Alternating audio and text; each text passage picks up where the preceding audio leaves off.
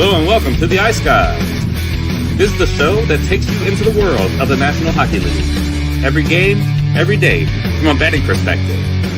With pro sports handicappers, Ian Cameron, Alex B. Smith, and various guests from the world of hockey and sports betting. And now, here's your host, Ian Cameron.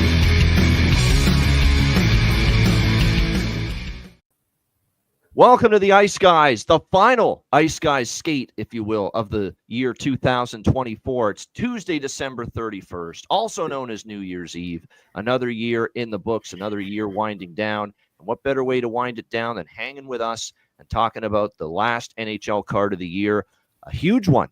And we're excited about it. Ian Cameron, Alex B. Smith back from Chicago from his time in the Windy City over the holidays, and Matt Robinson enjoying Christmas with the fam as well, joining us here on this Tuesday. And first of all, Alex, welcome back. Hope the time back home in the Windy City was good. I was kidding with you before the show started that it's funny that the Winter Classic bears down in Chicago and you decide, let's get the hell out of here. It's pretty cool with the timing as far as you getting back to Chicago just as the Winter Classic circus invades Chicago. And, of course, we'll get into that game later. And shout out to Mama Smith, because she had her birthday the other night, and she said Connor Bedard was going to score. And sure enough, he did against the Dallas Stars. Unfortunately, it was the only good thing that happened from a Chicago standpoint in that hockey game. But, Alex, good to have you back. Yeah, glad to be back here in St. Paul. Of course, like I said, good time in Chicago. Did have a bit of an unfortunate injury by gout return, so was hobbling around for most of the trip. But like you said, had a good time with Mom, and she had the 70th birthday and picked the winner with Connor Bedard. So we actually went to the casino that day, and she had a ticket on it. So that was a whole lot of fun. So glad to be back and ready and a bit rested and ready for what's going to be a huge day today. But of course, now we head into that turning point, 2025. And the second half of the season, within the next 3 days, every team will be at 40 or 41 games played. So we're at that halfway point now. Now's the time where we start to see, that shaking out again. Which teams are going to be in that wild card range? Which teams we know are playoff contenders? Which teams are going to be getting ready to start selling off the pieces between now and, of course, the 4 days break? Yeah, no question about that. Matt, how's the Christmas and the holiday season treating you? Good to have you back. I know it's been a busy one. How are you doing? Yeah, it's good to be back. It's been a little bit hectic, a lot going on. I was in Dallas for the early part of the holiday week and a half, I guess you'd say. Was down there for my birthday and then through Christmas, and then flew up here and did kind of Christmas with my side of the family. So we got a full house. Rob's here. My older brother and his wife are here with their 2 girls. We've got, 6 pets in the house all at the same time. So it's been crazy, but it's always fun up here. It's a lot of, hanging out, having drinks, watching sports. So been a slower couple of days, but we're definitely ramping up today. Today's going to be awesome. And then obviously tomorrow with the college football playoff really taking off. But yeah, between U.S., Canada, the Winter Classic, 13 other NHL games, there's 6 bowl games on today. It's pretty electric. So it's been fun, but yeah, glad to be back on. No doubt, a huge World Junior Hockey Championship game. I didn't even mention that when we were talking off air before the show started. Obviously, going to decide first place in Group A, U.S. and Canada. And by the way, draw seasons, it does exist in the World Junior Hockey Championship too. Guess who posted on Twitter X? If you caught it right before puck drop, I said, I think this Germany-Latvia draw at plus 330's got a good shot, and it went to overtime. So you got to love it. You gotta love it. The World Junior Hockey Championship draw season lives there as well. We're going to go very quick through yesterday. Obviously, there was only a few games. The Rangers continue to just shit the bed, piss their pants, whatever phrase you want to use. It's just been dreadful, and it continued. Although I will say they did show a little pulse there. They did battle back twice. They were down 2-0, tied at 2-2, fell down 3-2, tied at 3-3, but unable to find a way to win right now. Bad breakdowns at the defensive end at the wrong time. And the Florida Panthers, for the second time this year, off back-to-back shutout losses, have an offensive explosion. The last time it was that 6-5 win against Edmonton off back-to-back shutout losses, and last night a 5-3 win against the New York Rangers off back-to-back shutout losses. That was a great game for me. Florida team total cash first period over cash, full game over cash, which was the best bet as part of the system play. So great result there. Nashville, Winnipeg. Don't be fooled by the score. You look at it, probably a dull game. Winnipeg dominated. No, not really. Nashville actually had a bunch of chances. Very good goaltending again from Connor Hellebuck, and the Nashville Predators get blanked by the Winnipeg Jets. Winnipeg opens it up late with a couple of power play goals, courtesy of Gabe Vilardi down the stretch. Nashville just couldn't score and couldn't finish, which has been obviously an issue with them at times this year, and Winnipeg gets the shutout win there in that game over Nashville. We had so many chances to cash the bargain bin, by the way. Mark Jankowski, who had scored in back-to-back games, he's actually from my town, just outside of Hamilton. He had scored in back-to-back games, and he was plus 750. That's why we liked it. He got robbed by Hellebuck in the second period. He had just such a clear-cut one-on-one chance against the goaltender, and Hellebuck turned him aside. Just tough because he had his looks, he had his chances, but unfortunately didn't find the back of the net. And then the third game of the night, and I know Alex had this as his best bet, Utah-Seattle over the total. We kind of had concerns about Grubauer, but it was really the Seattle offense that ended up carrying that over as they put 5 goals in the net, 4 of them past a very red-hot Karel Vejmelka last night. So good signs for Seattle. And I said once that price got up to Utah minus 150, I said, I can't take Utah now at this price. And Seattle was coming off that epic, and I mean epic, comeback win against Vancouver. And I said, watch that be a springboard for them from a momentum standpoint. And it sure was. They springboarded and catapulted that momentum from that comeback win back from the dead against Vancouver. They rolled it right into last night. It was a really solid game. The offense, you can't score Seattle during that losing streak. You have that huge onslaught late to tie Vancouver, 5 goals. And then, of course, you score 5 again last night. So this is what we think Seattle's capable of, right? We've talked about this, Alex and I. We've been talked until we're blue in the face with the fucking possibilities of this Seattle team offensively. And it just hasn't been consistent enough. But now back-to-back games with 5 goals. Maybe this is a sign Seattle's going to go on a run. We'll see. We've been here before with the Kraken this year. But we'll see if this is finally the time they start to get hot. Alex, your thoughts on the 3-game card from last night? Yeah, that was the big takeaway. That was the game I watched the most of with that Seattle-Utah. Like I said, getting that offense rolling now and into a good rhythm. And that's the key that we liked about this team, is that we thought, they said the pace was there. The pace has been there all season, but just the consistency now in the offense. And can they string that together for a third and fourth game? That's what remains to be seen. But yeah, a great effort. And Utah, I'd say we could put them in a disappointing pile now at this point, right? Like, we thought this would be a team that could be in that wild card kind of fighting range, and I would like a little more consistency from their game overall as well. I thought we were going to see that early, and then they maybe kind of would teeter late. But now at this point, like I said, in the year, are they going to be able to make some kind of jump themselves and move forward? I don't really think so. I think if I had to take one of those two teams to move forward and be more of a team to make some noise late in the second half, it would be the Kraken rather than the Hockey Club. Yeah, interesting to see. Now, Utah can't win at home, believe it or not, but they had a 7-game road winning streak snapped last night with the loss against Seattle. So they've been good on the road. It's actually home where they've had their issues. And by the way, just to make Rangers fans, including John Massey, feel any better, Happy New Year, John. My New Year's gift to you. Kaapo Kakko is rolling with the Seattle Kraken right now. He has been really good. He got a beautiful assist, stretch pass from his own zone. I think to Spring it was Schwartz or Beniers, one of them, last night for a great goal.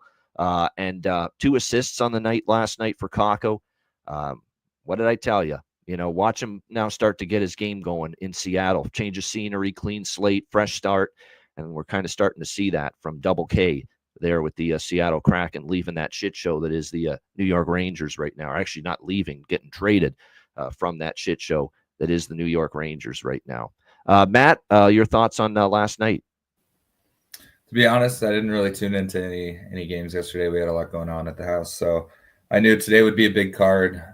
So kind of took the day off. Didn't have any bets out there.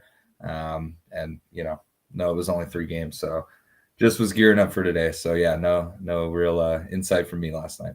That's all right. We're going to go right into it now. We got a huge slate on this New Year's Eve, and we begin with one of 4 afternoon games taking place. And this one is starting in about, I would say, 15 minutes. We got Boston and Washington. Capitals minus 145 home favorites, 5.5 the total here, shaded to the under in this game. These two teams just met a week ago. Boston with the victory 4-1 at home.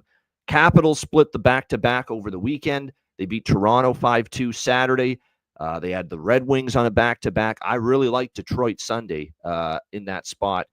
And the Red Wings end up getting the victory against Washington 4-2. They really jumped on the Capitals early and were able to just basically glide home with the victory the rest of the way following that game. But you know what this is? This Capitals off a loss. I usually like them in spots like this. And it's a short turnaround revenge spot. They lost in Boston to the Bruins last week. So it's not a big bet to start the day, but I did take a little piece of Washington here. I got minus 135 on it. It's gone up a little bit to minus 145. They're the better team. They're in a bounce back spot. I'm cool with taking the Caps here. It's getting a little up there now, getting close to that minus 150, but I think it's a Capitals bounce back situation. I still think they're the better of these two teams.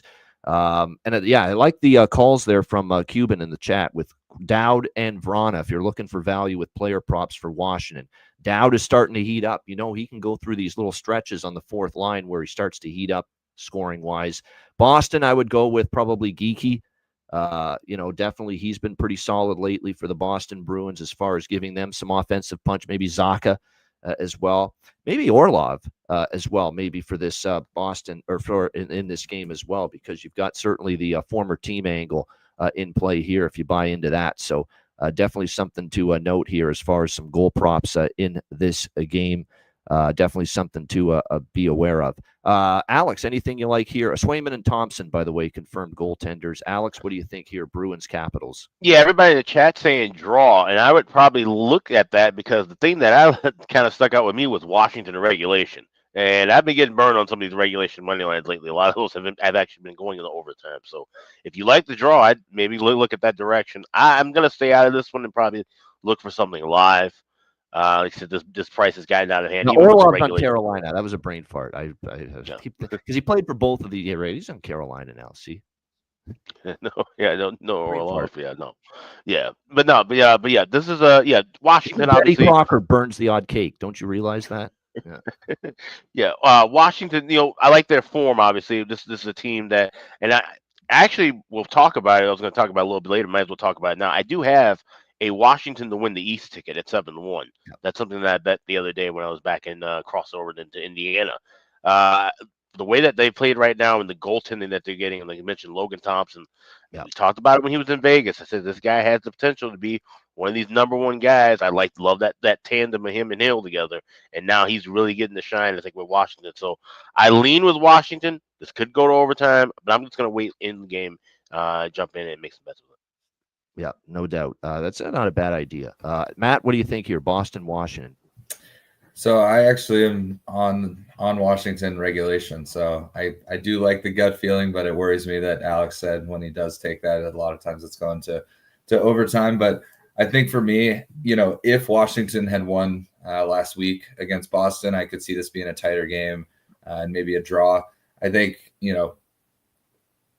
let's call a spade. Washington is a better team, current form, than the Bruins. And so I think because they lost 4-1 in Boston, they're going to be looking to bounce back and get a big win in Washington.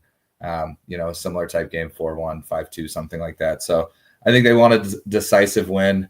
I know it's early in the day, so I could see it starting out a little slow, kind of feeling each other out, and then, go from there. But I didn't really want to lay minus 150 on Washington, so I was able to get like plus 119 on Washington regulation. So I felt like that's worth a shot. Yeah, I'm going to take Ovechkin as well. I mean, he's been starting to really heat up as well for Washington the last couple of games. Again, closing in on that goal milestone of Wayne Gretzky's. And like I said, it's been really solid. What's he got? I think I'm looking at the numbers right now. What is it? 9 goals in the last 7 games for Ovi. So definitely feeling it. And took him a few games, when he got back from that injury. But we're definitely starting to see Ovechkin getting it rolling again here for the Washington Capitals. All right, next game up, also an early afternoon game. This one starts half an hour after Boston, Washington. We've got the New York Islanders and the Toronto Maple Leafs. Again, same price range as the last game. We got a minus 145 home favorite here with Toronto in this game, and the total sitting at 6 pretty much across the board. shaded slightly to the under in this game.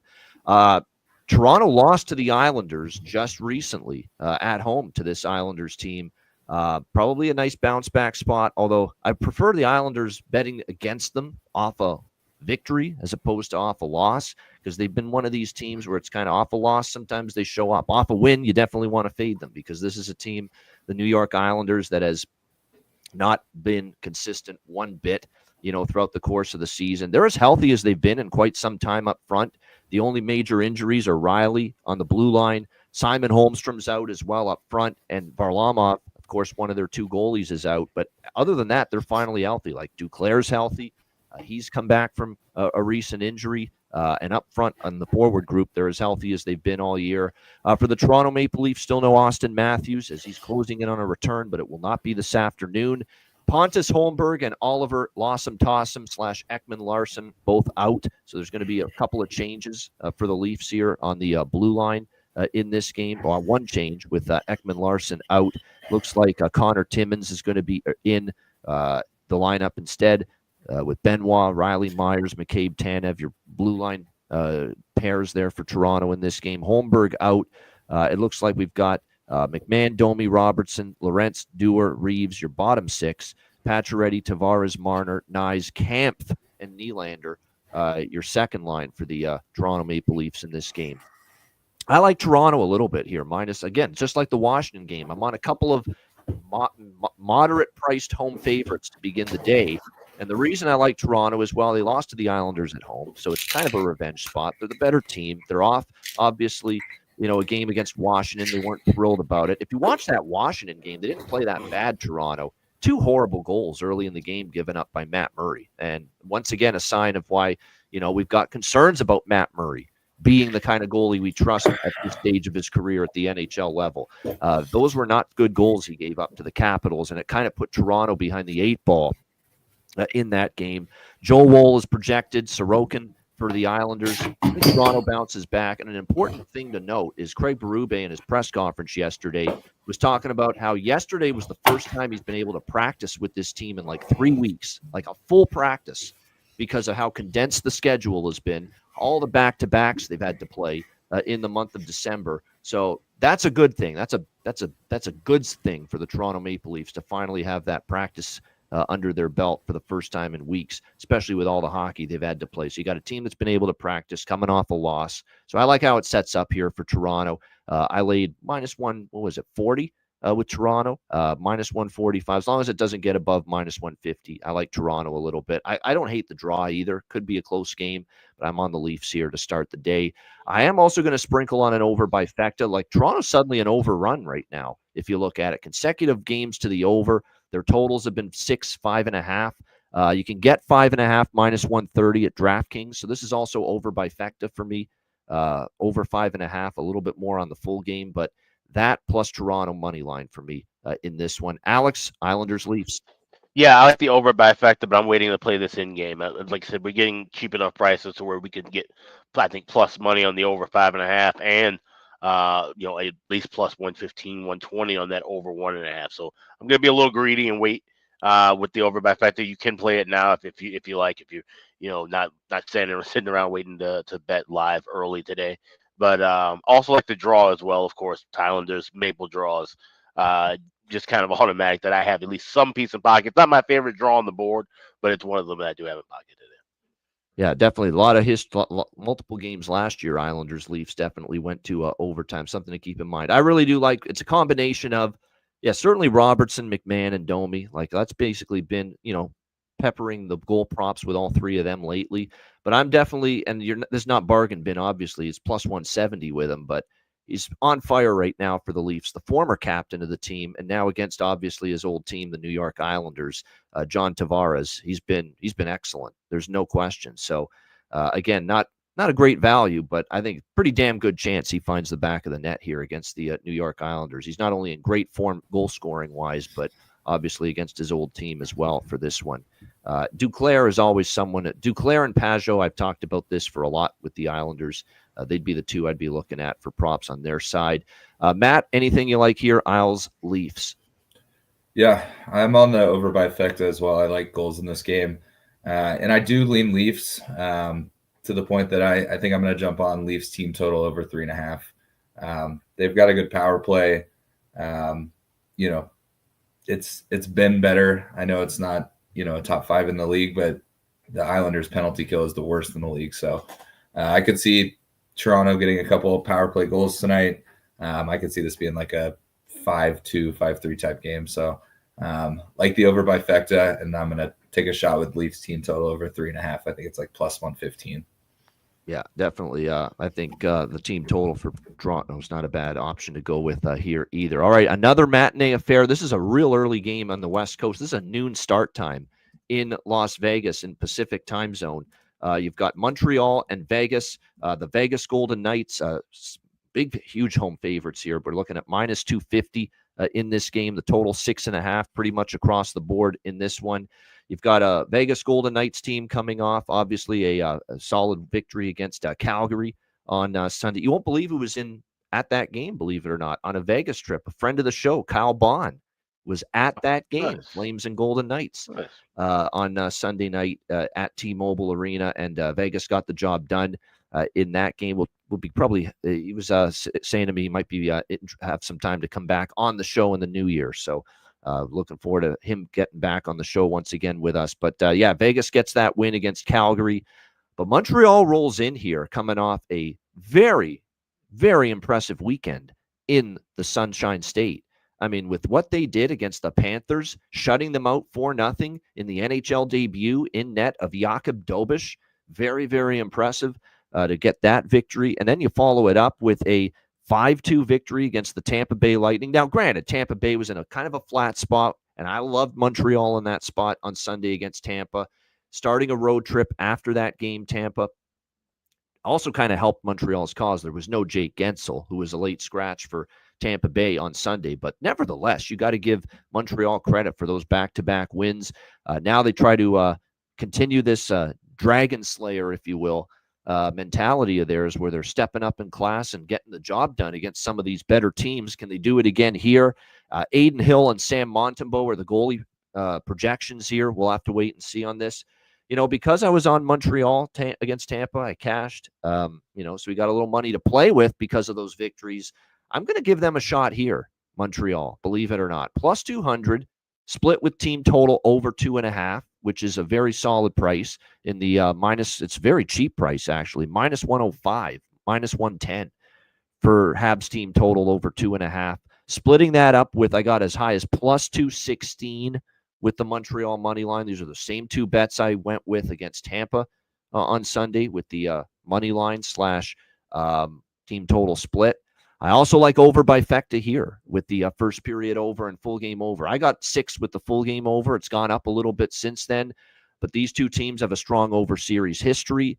Montreal's on a pretty torrid over run in the first period of late, really in general, and as far as over, because they're scoring of late, no question. So the over by Fecta I like here. Vegas, the home first period overs have cooled off a little bit, but I do think it gets back to that frenetic start here a little bit for Vegas. And I keep thinking in the back of my mind of all the times over the years we've talked about these Vegas home games during the day, in the afternoon, when there's been some serious goal scoring increases, especially early in these games when Vegas has a very rare afternoon matinee home game at T-Mobile Arena. So another reason why I like this first period over, full game over by Fecta, as well as Montreal plus 200 team total over 2.5 split. And how can we fail to address and acknowledge the hottest bottom 6 goal scorer in the NHL, the hottest bottom 6 forward goal scorer in the NHL right now, Jake Evans for the Montreal Canadiens, looking to make it 6 straight games with a goal at plus 850 in this game for the Montreal Canadiens. At that price, we've got to bet it.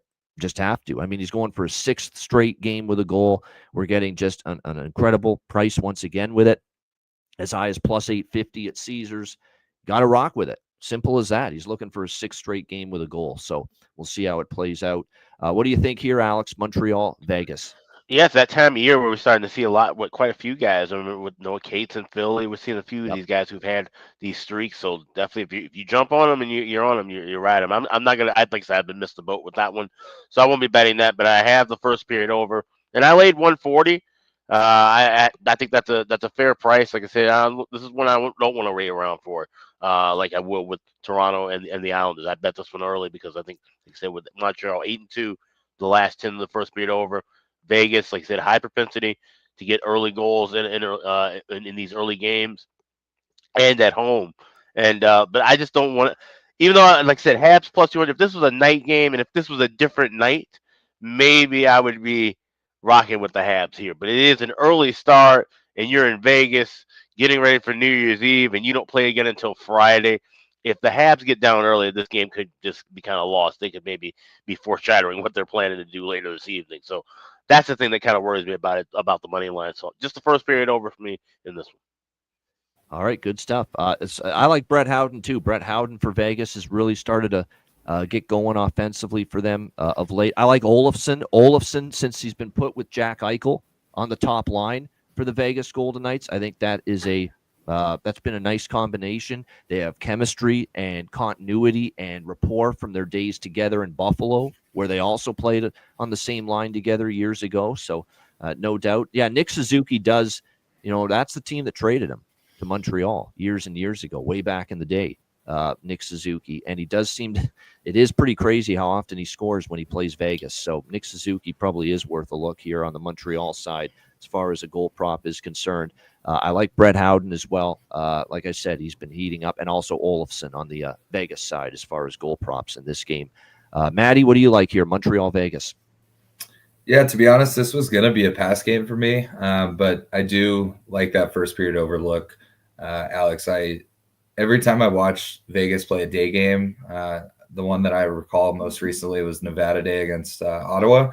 I think there was 5 goals in the first 10 minutes of the game or something like that. So, New Year's Eve in Vegas, there'll be a lot of energy in the building. They probably want the day game so that people can do, whatever they're there to do for New Year's Eve. So I think there will be goals early.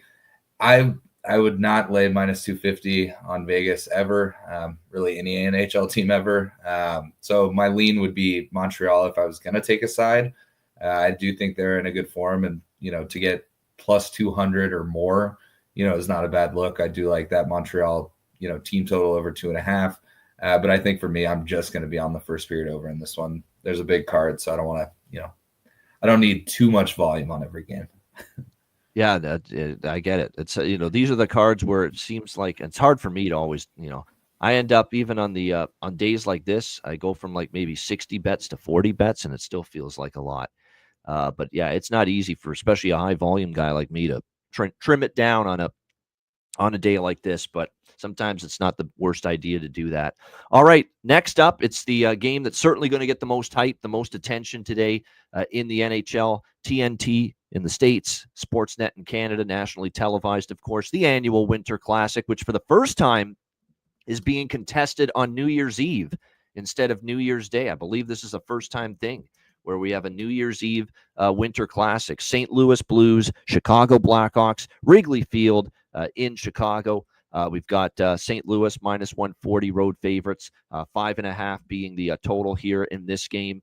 Alex, I will just go right to you first with this, obviously, since you're the Blackhawks fan, and we were talking about what the weather was going to be like for this. The ice conditions could be in peril a little bit because warmth, mild temperatures, chance of rain at Wrigley Field. And we were talking before the show started, this game could take 5 hours to play. If they have to stop the game to fix the ice, 30, 40 different times during the game, that's going to be something that'll be interesting to monitor as this game goes. But what do you think here, Alex? Winter Classic, Blues, Blackhawks. Yeah, I mean, like I said, I'm just obviously getting back from Chicago where it was mostly gloomy, kind of mild and rainy.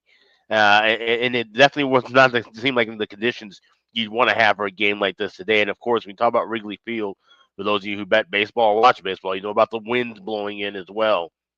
Even if it's not a particularly windy day throughout the city, that wind, if it comes off the lake, kind of blows into center field, right field, and that could be an issue as well. So the weather is definitely going to be a huge factor. Like I said, I think these outdoor games are all played out anyway, and when you want to have ideal conditions for it, and obviously with the way things are changing with weather, you can't just automatically rest on a 20-degree day in Chicago anymore. So I think that's going to play a huge role. I like the first period over.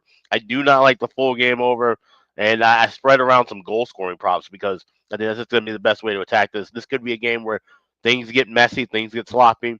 We could see pucks bouncing different ways and finding their way into the back of the net. So I'll just give out the 4 players I like for goal props. For the Hawks, I like Connor Bedard. I got him plus 220.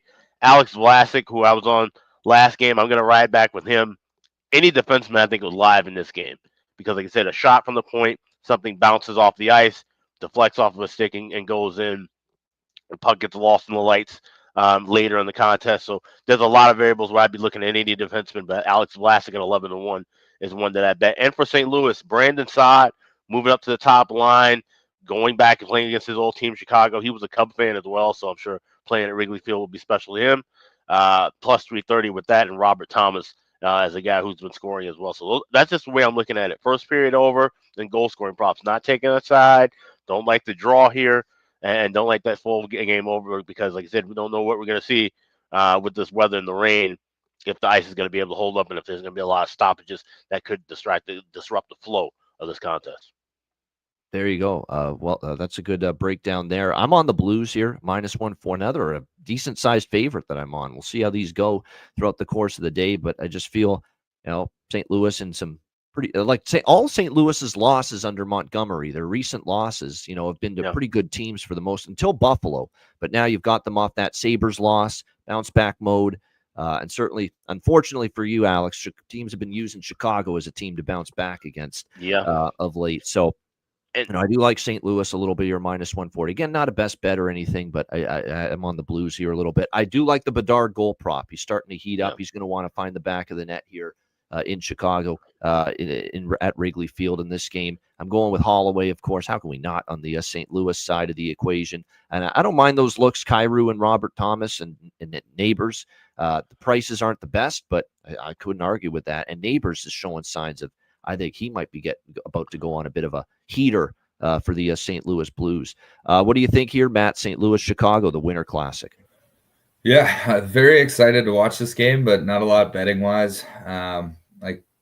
I like the case made for certain prop bets and prop looks. For me, these Winter Classics are just so unpredictable, as you mentioned. Weather can be a factor, ice conditions. This could be a 6-5 game in overtime, or it could be a 1-0 game going into the third. So this might be a game I look at live if there's some pace to play early on. Obviously this is a game I'll be tuned into from start to finish, so it's a great live betting opportunity. Based on how the pace is. But yeah, pregame, it's tough for me. I would lean over. I could see this being 4-3, 4-2, something like that. But again, with the conditions, this could be a game where, teams are enjoying the atmosphere, but just not a lot of scoring chances, pucks bouncing, things like that. So it'll be great to watch. But yeah, not a lot for me betting wise on this one. And, 2 notes to make. One, with the live betting, I would maybe tread a little carefully with that as well. If we do tend to see a lot of stoppages, it wouldn't shock me if some of the books, especially if we're talking more so offshore, might just lock things down and just keep things locked for a bit. So that's something I want to keep in mind too. That I like to live bet some of these Winter Classics on average, but I think about that game going back to Lake Tahoe disaster, if you will, that took 15 hours with the whole stoppage and the reset. Yep. That can be an issue with live betting. So just be cautious with that, where you might see, especially if it's late in the game, if there's a bunch of stoppages, they may just shut live betting down the rest of the contest. But another thing I wanted to mention, and this was talked about on the show I listened to earlier, BetQL Daily, and we mentioned this at the beginning of the year about St. Louis to make the playoffs. I like this before the coaching change. But if you look now, the highest price you can get from St. Louis to make the playoffs is 10-1 at BetMGM. With everybody watching this standalone game potentially, everybody kind of maybe getting to see, St. Louis Blues, they make a couple of games on national TV, all of a sudden that price could drop. This may be the point to strike here. So I'm going to take a shot with that. St. Louis, I'm rebetting it at 10-1, along with my plus 250 ticket I have. St. Louis to make the playoffs, 10-1 is available at BetMGM. All right, there you go. Out there, St. Louis, not giving up on those Blues right now. And again, majority of their losses have been to good teams, or even the Buffalo loss. Buffalo's been like a totally new team in 3 games. Now it's only been 3 games since they snapped the 13-game losing streak, but it's just crazy how the one win for Buffalo just got them going again.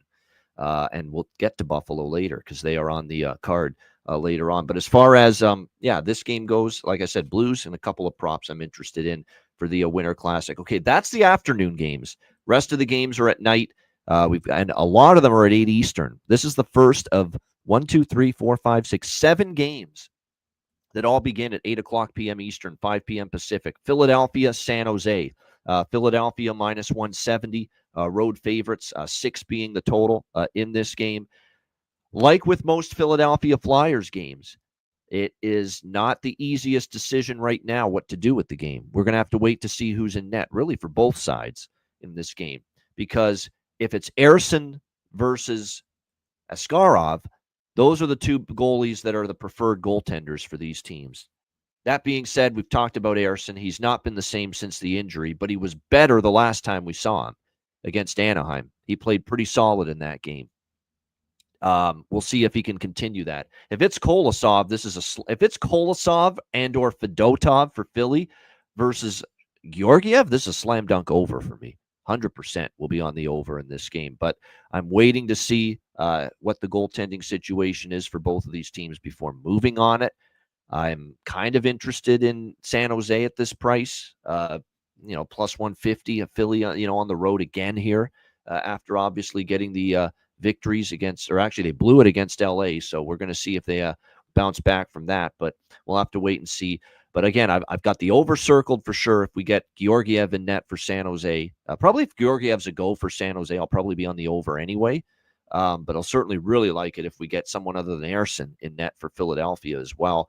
But I've got the over circled. I like the 2 rookies on either team here in this game because I think both of them want to make a statement. Both of them are in the Calder running.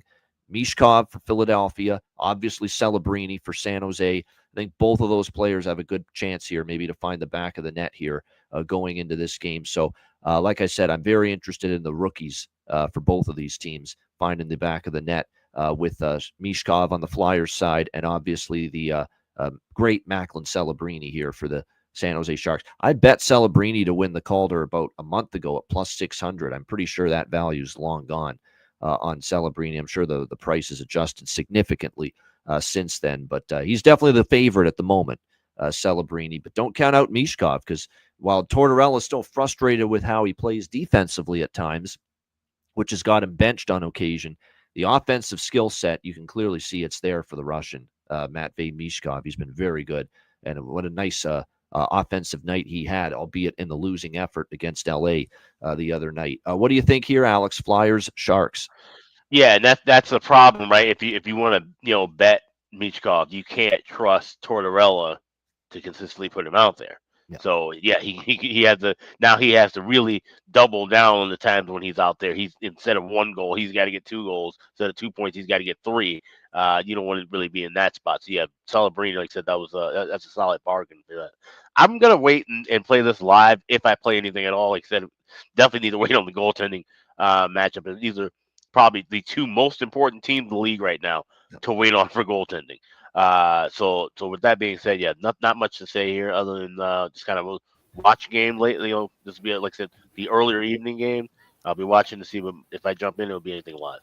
Frost, Lawton, Tippett, Forster, Cates. They're all, you know what you do? You sprinkle on all of those, and if you hit a couple, you're going to be profitable because those are the guys you want your money on for Philly right now. They've been certainly really solid, no doubt about that. And like I said, those have been the guys that have been starting to get things going here for the Philadelphia Flyers offensively. Like I said, Celebrini, I think, has a good game here, certainly a good effort here with this San Jose team. And San Jose coming off, a couple of losses now, too. We'll see how they fare. Yeah, William Eklund is out. Grunstrom is out. Grunstrom took a hit the other night. And Jake Wallman on the blue line is out. It's crazy. Jake Wallman, they missed that guy because, look at the 3 games without him. Tough sledding, right? They lose all 3 games, 4-3 to Vancouver, 6-3 to Vegas, 3-1 to Calgary. So Jake Wallman was a nice get from Detroit in the offseason for the San Jose Sharks, and he actually was one of their better defensemen this season for the Sharks before his injury. So definitely going to miss him without a doubt. What do you think here, Matt? Flyers, Sharks? Yeah, this is a pass game for me for now. I do agree once we get goaltender confirmation, it could be an over opportunity. I would lean Sharks if anything. I'm not laying -170 on the Flyers on the road. The Sharks are one of those teams that, they don't win all the time, but they can win any game. So, plus 150 for a home game in San Jose on New Year's, might be worth a look. But it's going to depend on goaltending if I even play on this game. This may be just a straight pass for me. All right, pass for Matt when it comes to the Philadelphia Flyers and the San Jose Sharks. All right, next up, we've got back where Alex is back to his current home for this one, Nashville and Minnesota. We've got the Minnesota Wild -125 home favorites. The total in this one sitting at, it looks like a 5.5 shaded to the over. And if you're wondering, wait a minute, doesn't this price look a little bit short on Minnesota? -125, when they've obviously had the much better season to this point than the Nashville Predators. But Kirill Kaprizov is the answer to that question. He is out, and he will be missing, I believe now, his 3rd straight game for the Minnesota Wild. He didn't suit up for them in the last 2 against Dallas and Ottawa. Of course, they lost the Ottawa game on Sunday without him. They did come back to beat Dallas without him, but again, they lost the Ottawa game without him. We'll see how they fare without him for a 3rd straight game here in this one. But obviously a huge component of the team, especially offensively, so you understand a little bit. But I'm not rushing to take Nashville here back-to-back. A Nashville team that's not been good on the road. That's a terrible stat that John X posts in the chat for Nashville. 1-11 as a road underdog this year. So that's definitely not something I'm interested in. Begrudgingly, I'm betting the system play here. It is Nashville off a shutout loss. I am concerned about it. Nashville's not been one of those teams that has been reliable all the time in the system after being shut out. I think Jonathan Davis sent me the numbers as well, if I'm not mistaken, for Nashville. Yeah, after a shutout this year, they're 3-2 to the over in the first period, but they're only 2-3 to the over in the full game. Nashville in these 5 situations that they've had previously coming off a shutout loss. But I am on it. It is the system play. You got to bet it. If you believe in the system and it works, and it's working, man, you better believe it. It's working again. The system play is really heated up this off a shutout loss, first period, full game over. The last 2 weeks, it's red hot again, the system play. But I am concerned about it just a little bit, but I'm still betting it. System play here, first period over, full game over. Nothing on the side for me. Alex, what do you think here? Preds, Wild. Yeah, it was more. Well, I will play a first period over pregame, but I might add a little bit more to that in game, so it's a smaller look. The over 5.5, like I said, that seems to be a bit tricky. Why this game feels like it could be a 2-2 draw to me. Yeah, especially with no Kaprizov from Minnesota. Like I said, Nashville is just one of those teams. Like I said, on the road you can't trust. So I will have a little bit of draw in pocket, but even that price isn't really great.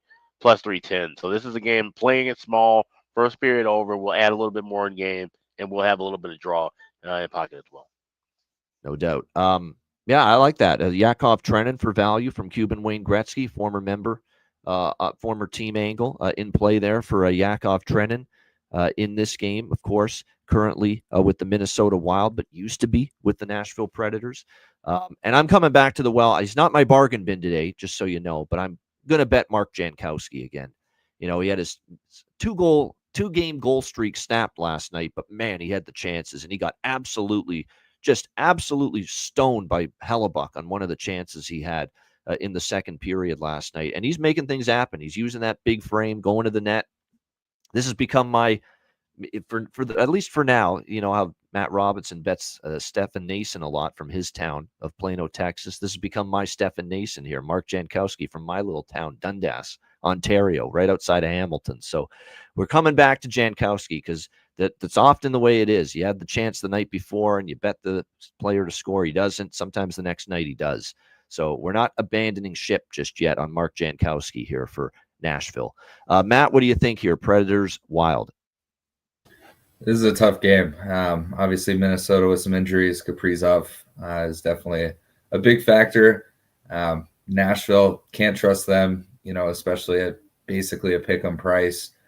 Maybe if Nashville was, plus 180 going into this game and Kaprizov was out, which obviously wouldn't happen, maybe I'd consider taking a shot with Nashville. I wouldn't be surprised if Nashville wins this game. It's just not a lot of value basically at even money for me to trust a team that's 1-11 as road dogs, as mentioned in the chat. I do like the first period over. As Alex mentioned, I'm a little more hesitant on the full game over. It may be something I do live. I'll definitely be on the first period over, given that it's a system play. And I think both of these teams will try and jump out quick.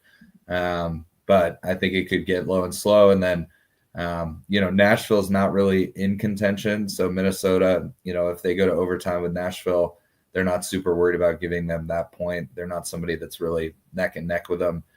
They'll want to ensure that they get the point if it does become, 2-2 late in the third. So I could see it getting low and slow and just playing into overtime. So the draw is not a terrible look.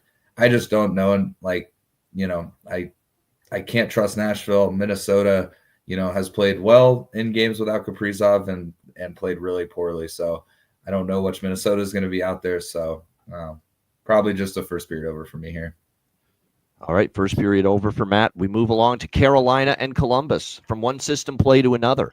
Essentially, we've got Carolina minus 230 road favorites, 6.5 the total in this game. Columbus getting shut out by the Boston Bruins earlier this week in their last game. And remember, Boston was ticked off, right? They got absolutely thumped in Columbus by the Blue Jackets, and Boston returned the favor with a very decisive, dominant shutout win against Columbus at TD Garden earlier this week. So now we've got Columbus now on the system play here, off a shutout loss to those Bruins.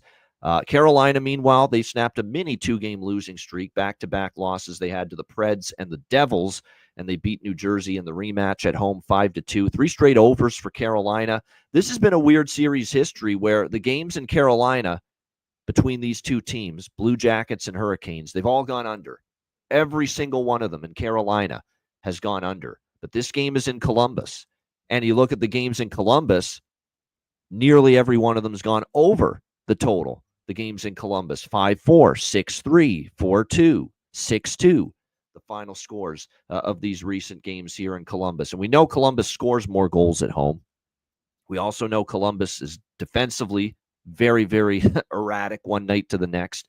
They've still been giving up 4 goals or more in a majority of their recent games until they played the Bruins at home and they beat them 6-2. And then, of course, they gave up the 4 in the shutout loss to the Bruins in Boston the other night. So we've got every recent meeting trending over with the Hurricanes and Blue Jackets. And we've got the system play, Blue Jackets off a shutout loss. So definitely first period over, full game over here for me, Hurricanes and Blue Jackets. Believe it or not, I lean Columbus a little bit, plus 190. I mean, Carolina, I talked about this previously with them. Their road play lately has not been good. Look at these road games. Lost to the Islanders, lost to the Capitals, lost to the Predators, lost to the Devils. The only win was against the Rangers, falling apart before our very eyes right now. The only recent road win for the Carolina Hurricanes against the New York Rangers, falling apart at the seams, and that's it. They've lost every recent road game, and Columbus shows up at home. They're tough out at Nationwide. So I'm tempted by this Jackets money line a little bit at plus 190. Maybe sprinkle on that, but definitely like the over by Fecta in the system play. Alex, what do you think here? Carolina, Columbus. Yeah, I'm in on Columbus money line. I'm sold on that. You look at their last team, like, okay, Boston, yeah, that's a struggling team, but beating Montreal, beating New Jersey, getting some momentum at home, and instead against a struggling road team in Carolina. So I'm taking that plus 190 along with that over by Fecta as well. I got minus 140 on the over 1.5, and then a little bit piece of the 6.5. I'm gonna look for a little bit more, try to grab an over 6 in game. By the way, Columbus has won each of the last 2 times they have hosted Carolina here at Nationwide Arena, including earlier this year. They played in November. It was a 5-4 shootout win for the Blue Jackets. And then last year in April, 6-3 win for Columbus here in this building. So there's been a tough place to play for Carolina, believe it or not, the last couple of times. And again, you go back, the road record is 8-10 on the season for Carolina. It's 11-4-3 for Columbus at home. But again, you look at the recent road run, there's concerns. I mean, go back even further. I actually, this is a worse recent stretch on the road than I thought for Carolina. I'm just doing the numbers right now. 1-3, 1-4, 1-5. They're 1-7 in their last 8 road games. Carolina 1-7 in their last 8 road games, and that one road win was against the Rangers, who can't get out of their own way right now. They're miserable, so that's not good in terms of a recent road track record for the Carolina Hurricanes. Yes, I like Jack Roslovic. It's an obvious bet, former team. He's also been very good for Carolina, but I definitely agree with it. I like Jack Roslovic prop here for the Hurricanes, no question. Matt, what do you think here? Carolina, Columbus. Yeah, I do. I know it's a system play, so I like the over by factor. The 6.5 does worry me a bit. I know Alex mentioned, maybe trying to get a 6 live if the first couple minutes go by without a goal. So I think this is a good opportunity for a Matty Robb same game parlay special. First period over 1.5, full game over 5.5. Should be able to get right around plus money. That way if it just gets to 6 or goes into OT, you're good to go. So I like the same game parlay on that one. All right, good stuff. I don't mind that either. All right, New Jersey, Anaheim. We've got the Devils minus 280, road favorites, 6.5 the total in this game. Last I checked, by the way, Kochetkov Merzlikins is a confirmation. So both goalies have been confirmed in that game between the Jackets and the Hurricanes. Pretty much what I expected for the most part. Sorokin and Woll for the Islanders Leafs. That's been confirmed as well. Mrazek confirmed for Chicago. And that's about it. As far as New Jersey, Anaheim, we've got Markstrom and Gibson's projected. Now, Gibson has been ill the last few games. Last couple of games, he's not even been available due to illness, but it sounds like he might play here. Not only be available, but play for the Anaheim Ducks in this game. But again, coming off the illness, obviously they wouldn't throw him in there if he wasn't ready to go, but doesn't mean you're going to be at your absolute best. They are off a nice 5-3 win against Edmonton, though, Anaheim at home. And you got the Devils off a 5-2 loss against Carolina. Devils off a loss are one of those teams where my first thought when I see New Jersey lose a game is New Jersey puck line, New Jersey team total over. That's kind of the first thoughts that come to my mind. They've been pretty steady. They've been a very good, kind of a steady Eddie, here off the loss throughout the season, especially when they've been held down to 2 goals or less. They've been very good the next game, bouncing back and scoring again. So I am interested in both of those, quite honestly, in this game, but just waiting on the goalie confirmations because I'm probably less interested in New Jersey if it's Dostal. But you give me Gibson in there, I'm interested in probably some kind of maybe -1. And I don't do many puck lines, but I'm interested. New Jersey's been very good off a loss, winning by 2 goals or more. That has been one of the consistents with them. Just recently, look, 2-1 loss to Toronto. They beat LA 3-1.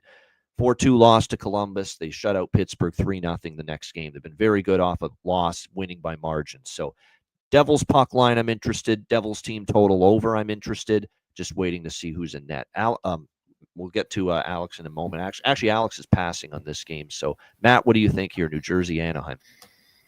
Yeah, not a lot on the sides here. I obviously lean Devils as far as who I think is going to win the game, but -280, no thanks.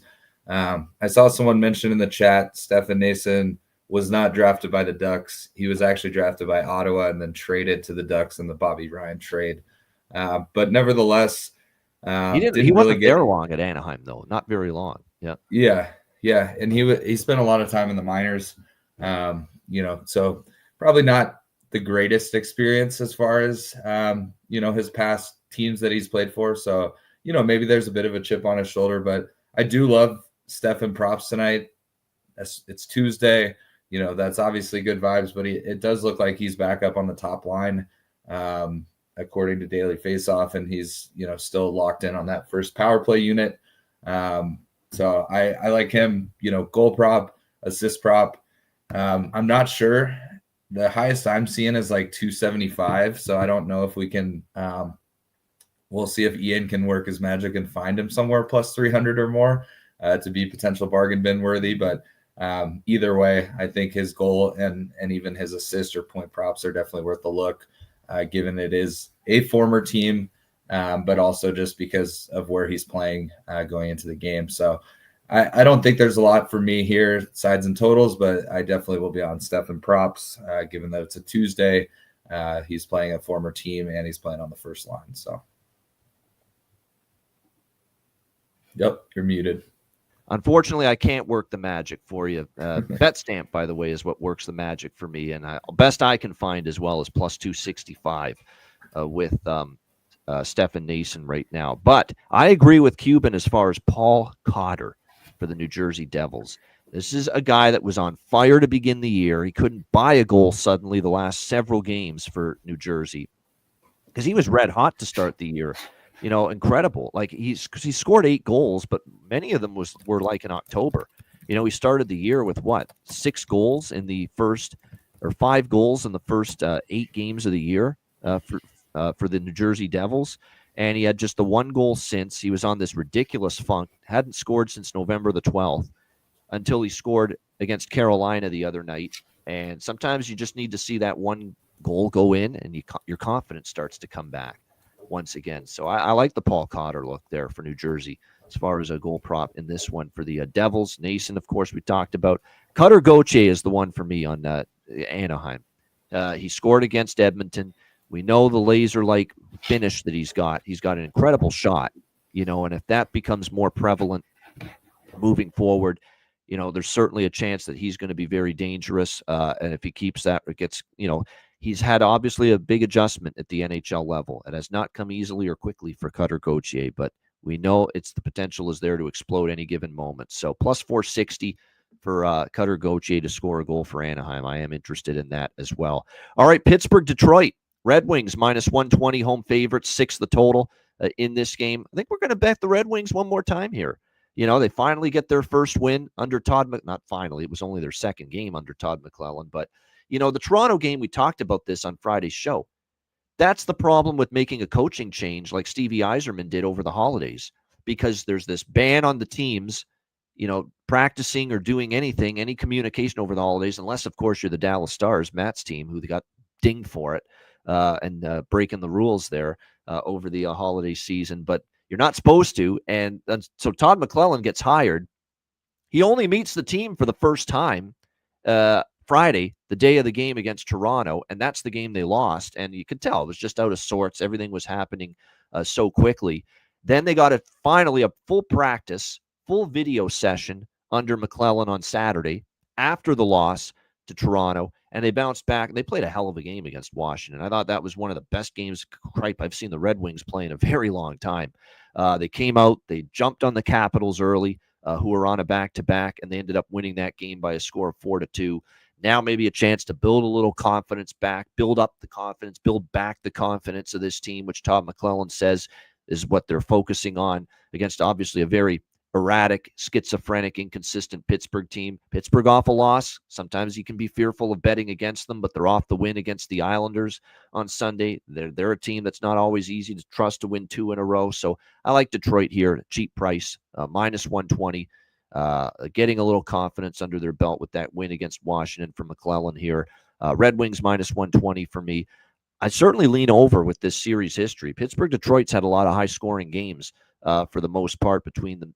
Now, McClellan has hinted at, you know, this team trying to work on their defensive game, but at the same point in time, 2 games under the new coach, and the Toronto game flew over the total, clearly. And obviously, we saw what happened with the Washington game, where it pushed on the total, but certainly there were a lot of goals early in that game. So the over is of interest to me here with Penguins and Red Wings.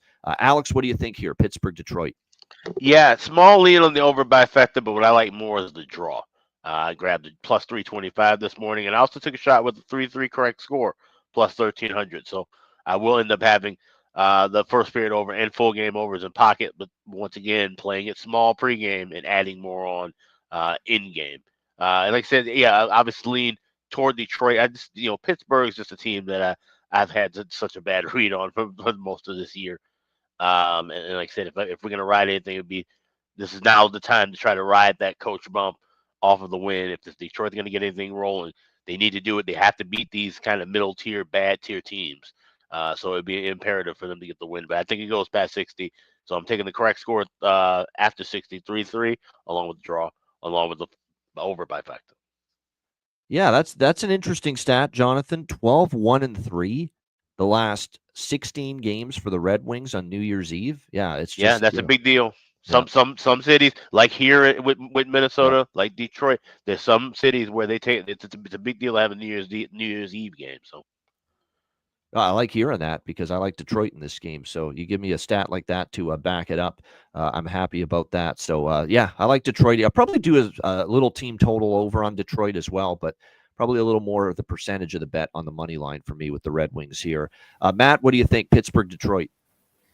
I'm big on the first period over, and I'm on Detroit as well. That stat, is nice reassurance.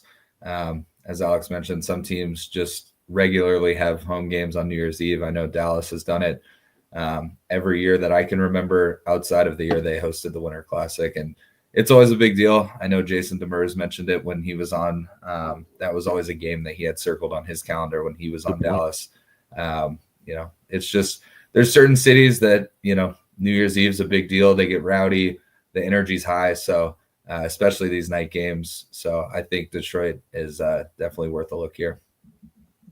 All right, there we go. As far as props for this game, I mean, for Detroit, it's, Lucas Raymond's been amazing, continues to score for them. I continue to think Dylan Larkin's got maybe a better run in him now as moving forward, considering the fact that, we're talking about a player that, is certainly capable of it, and the coaching change maybe gets him going once again. We'll see if that is indeed the case. But, obviously Lucas Raymond is the one that's been absolutely outstanding. DeBrincat's someone to keep an eye on. He got a couple of goals against Washington. He can be streaky. So we'll see how this one plays out. But definitely a couple of props there on Detroit that I'm interested in for that game. Raymond, Larkin, DeBrincat, most of all. All right, next up, we've got Buffalo and Dallas. Stanley Cup final rematch from 1999. Oh, yes, 25 years ago. Can't believe it's been that long already. We've got Dallas minus 220, home favorites, 6 the total in this game. I thought it was a nice spot for Dallas. I just wish they had a lead in the first period instead of not against Chicago, but we did have the team total with the Stars as well in their victory against the Blackhawks. Again, I've been pretty good with Dallas lately, just reading when they're going to show and when they're not. At home, I've been concerned about what I'm seeing from this team. But on the road, after a shaky game at home, they've been good. The Utah game was an example of that. When they lost to the Rangers and the Leafs, they won on the road at Utah. They blow the game against Minnesota in the third period at home. They bounce back. They win on the road against Chicago. But now you're back home laying this monstrous price in a team that's now lost 3 in a row at home and 4 of their last 5 at the American Airlines Center, and a Buffalo team that's just surging with confidence again, coming in here with 3 straight wins. I am very, very tempted by this Sabres team at this price in this spot with what I've seen from them the last few games. And look, you can quibble about who they played, the Islanders, the Blackhawks, and the Blues in these 3 wins. But fact remains, Dallas has not played a great 60 minutes at home in a very long time. You got Casey DeSmith confirmed in net for the Dallas Stars. And look, Ottinger's been kind of up and down lately, especially on home ice. But Casey DeSmith and minus 220 don't compute to me. And I know he's a very capable goalie. I get it. But not at this price. I'm very interested in Buffalo at plus 180 and certainly a team total for the Sabres because their offense is starting to hum here. 7, 6, 4, 17 goals for this group in the last 3 games combined. So very interested in a live road dog here in the Buffalo Sabres in this spot. And again, the team total is not a bad price here either with the plus or over 2.5 at plus 110. You actually get plus money here with the Sabres in this spot. It's look, I like what I see again. And if we get UPL, I'll like it more because UPL was outstanding against St. Louis, and I believe he is going to start for the Buffalo Sabres in this game. Couple of goal props. Cousins has been better lately.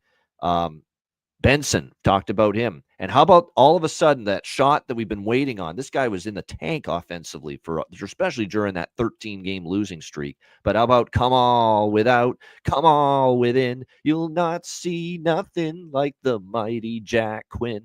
Jack Quinn, man, he is starting to get his offense rolling again for this Sabres team. You saw what he did against St. Louis. You've seen what he's done in the 3 games since the losing streak got snapped. So I like the Jack Quinn look for the Buffalo Sabres.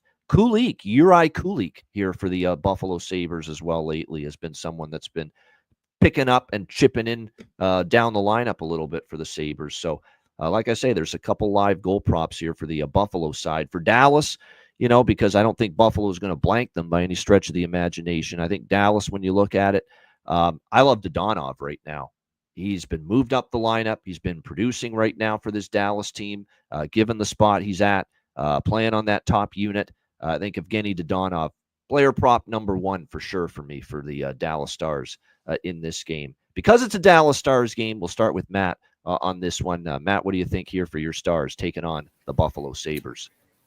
Yeah, obviously, should be a good game. Buffalo's, playing in a good form. So I think plus 180, I definitely would not argue anyone taking that given Dallas's last few home games. The Smith thing, he looked lights out when he came in relief in that Toronto game. He played pretty well in that Utah game as well and got the win there in Utah. So, I think I think Ottinger needs a break. I think he's honestly struggled more as of recent, especially at home. So I don't hate that move at all. I like goals in this game. I'll definitely be on the full game over as well as Dallas team total over. I know the last couple New Year's, as I mentioned earlier, Demers mentioned it's always rocking in there. There's always high energy. Last year, they beat Chicago 8-1 on New Year's Eve there in Dallas. Year before 5-2 over San Jose. So, I expect a lot of goals both ways, but I think Dallas at home on New Year's Eve is just one of those games. I went to a lot of them. It used to be a tradition when we lived in Dallas. We'd go tailgate, go to the New Year's Eve game, and then go out, downtown from there. It seems like there was a lot of, 6-2, 7-3, like crazy goal games. So that would be where I would look. I think Dodonov's a great prop look. And then I've even seen, at least on Daily Faceoff, I haven't seen it confirmed as far as lines, but it looks like Ben Johnston Duchesne line, which could be kind of interesting. If those are the two lines, clearly they're kind of stacking two lines as opposed to, their traditional stretch on three lines, given the injuries to Marchment and Sagan. But I think you could make a case for either of those lines props tonight. And then obviously with Buffalo, it's the usual offenders. Tage Thompson is always lethal to score one or two. Alex Tuck's been hot lately. I think he had a hat trick the other night. So those would be guys I would look for on the Buffalo side. Yeah, Alex Tuck has picked it up. That's big too. You need your veterans to step up. Tage Thompson too. He had a nice game against the St. Louis Blues the other day. Yeah, I think the over by Fecta is actually something I'm adding because Chris Otto's great totals charts, and they've gone 8-2 to the first period over their last 10 games. And Buffalo, if you're into the first 10-minute goal prop, I don't love those because it's always you got to lay a price on it, but you can always use it as part of a parlay piece. But 10 straight Buffalo games have had a goal in the first 10 minutes of the game. So that is something to factor in here with this Sabres team. 10 straight Buffalo Sabres games now with a goal scored in the first 10 minutes. So we'll see if that's a streak continues. So I'm gonna tack on that over by Fecta in this game as well. 1.5, 6 with the overs in this game. Alex, Buffalo, Dallas.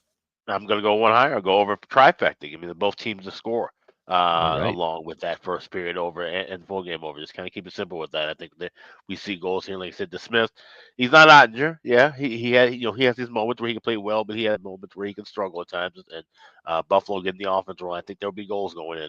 I like goals both ways. So over trifecta for me.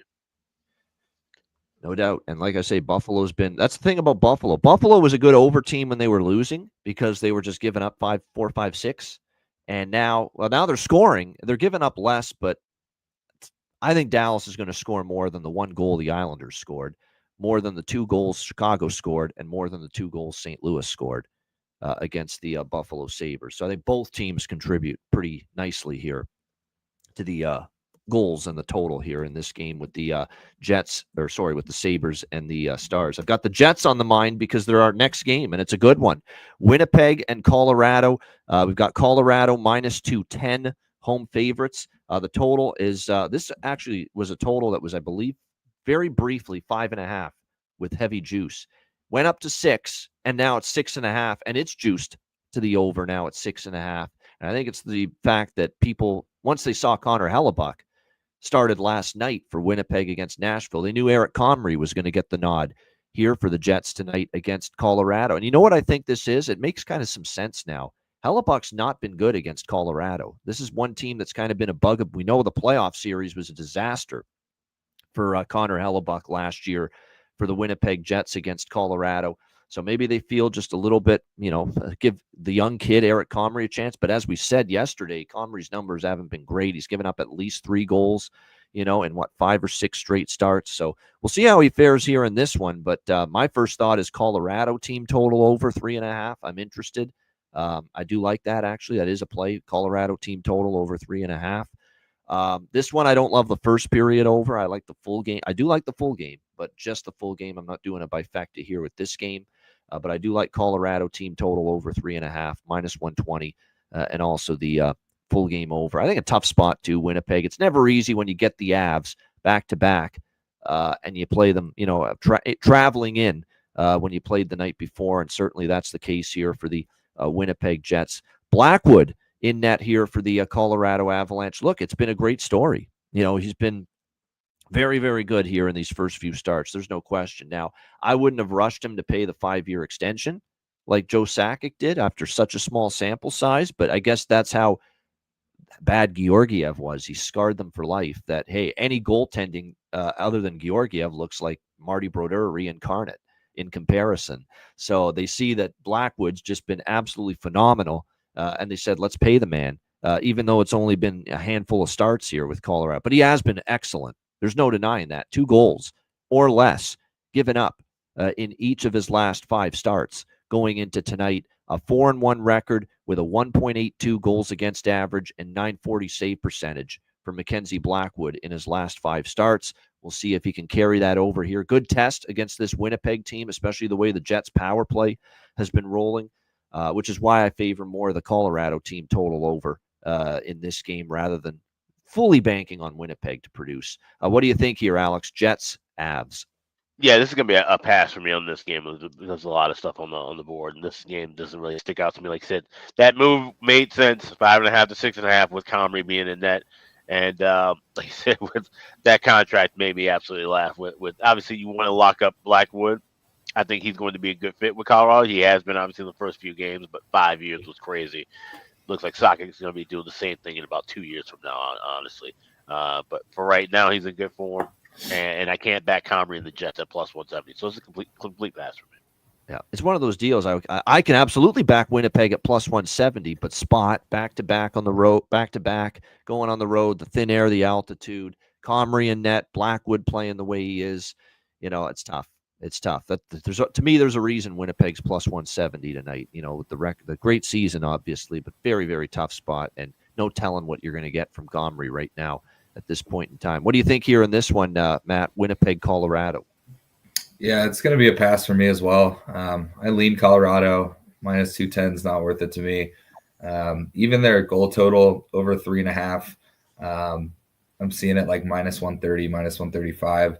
Just a little heavy for me. I could see this game ending like 3-1. I would expect a lot of goals, so I'd almost, ladder it and lay Colorado over 4.5 for a better price. But for me, I just think this is going to be a pass game. I could see Winnipeg winning, but just given the spot, it's not someone I want to back. This might be an interesting game to watch. Two, good teams. But it's betting wise, it's just not something I'm looking at. Certainly, Lekkonen's been good. We've talked about how good Lekkonen's been lately. Ross Colton. I'm going to throw out someone that Matt's very familiar with. He had a hat trick against Seattle, 2 goals against San Jose. Yoel Kiviranta has really been percolating offensively lately for the Colorado Avalanche. And now you get Jonathan Drouin back in the lineup as well for this Colorado team now to make them even more dynamic and the potential offensively for them. So, he might be worth a look in his return. So, all of a sudden they're getting a healthier group up front. There's no doubt. And even the blue line now, other than Oliver Shillington, they got a lot of their blue liners now back and healthy once again this this Colorado Avalanche team as well. So that's certainly something that's been good to see. All right, we move along. We've all of a sudden down to just 2 games here on this massive card, and they're both the later games on this New Year's Eve night. We've got Vancouver and Calgary. Pretty much Calgary minus 115, slight home favorites in this game. The total 5.5, shaded to the over.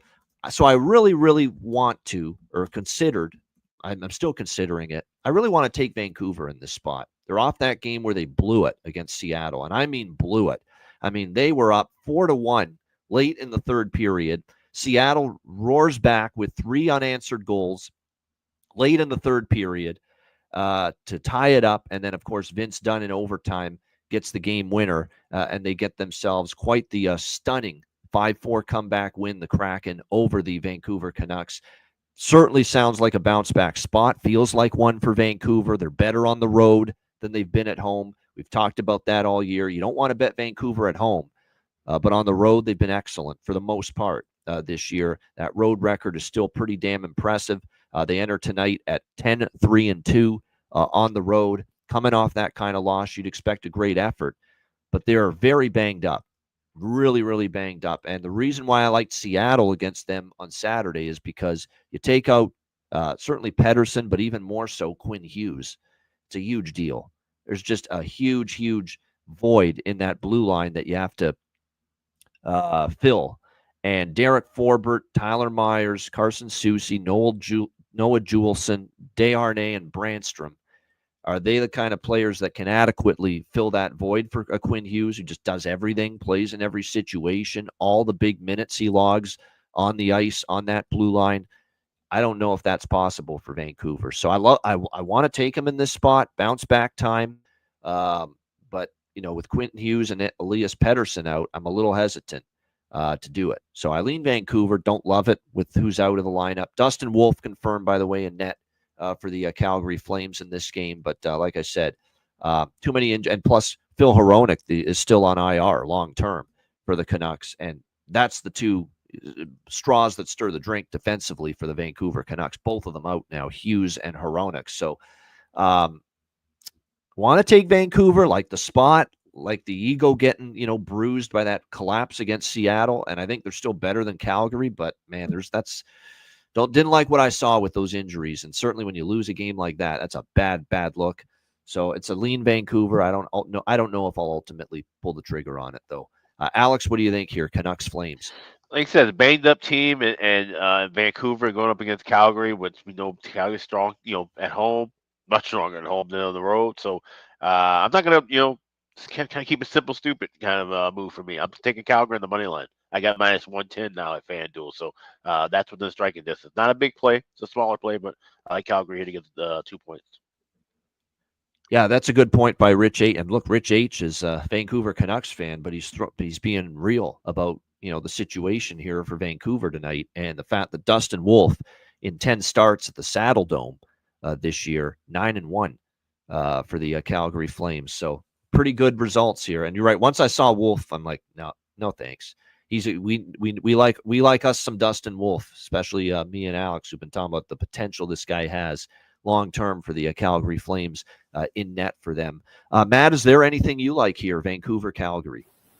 Yeah, I like Calgary. They're a team that I definitely never back on the road.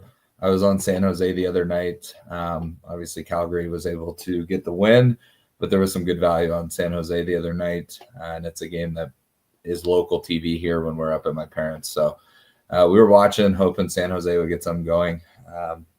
But yeah, at home, Calgary, especially given that stat, I didn't even see that, but I feel like, at this price at home on a holiday like New Year's Eve, I think I'm going to take Calgary. So that'll probably be my only play. I don't love overs here, so may stay off that, but could see Calgary, and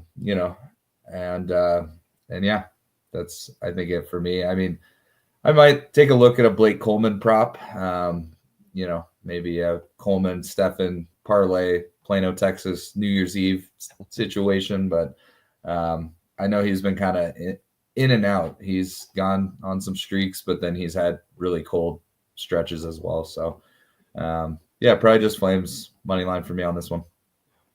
All right, there you go. Flames money line for both Matt and Alex in alignment there with the Calgary Flames in that one. There we go. Had to get a little hit the cough button there.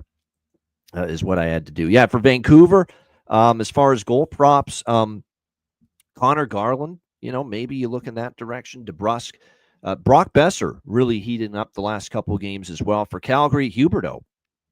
Stick with Jonathan Huberdeau. He's been really good lately for the Calgary Flames, chipping in offensively up front. Connor Zary might be worth a look as well, but those two in particular are of interest to me on the Calgary side of the equation. Yeah, I've mentioned Matt Coronado a lot in the past. We'll see how he fares here. He's back-to-back games without a goal, but he still does have 2 in the last 5. So Coronado, I don't mind that either. All right, final game. We've got Utah Hockey Club. Back-to-back for them. They were in Seattle last night, and now they are in Edmonton to take on the Edmonton Oilers. We've got Edmonton minus 200, home favorites, 6.5 the total here in this game.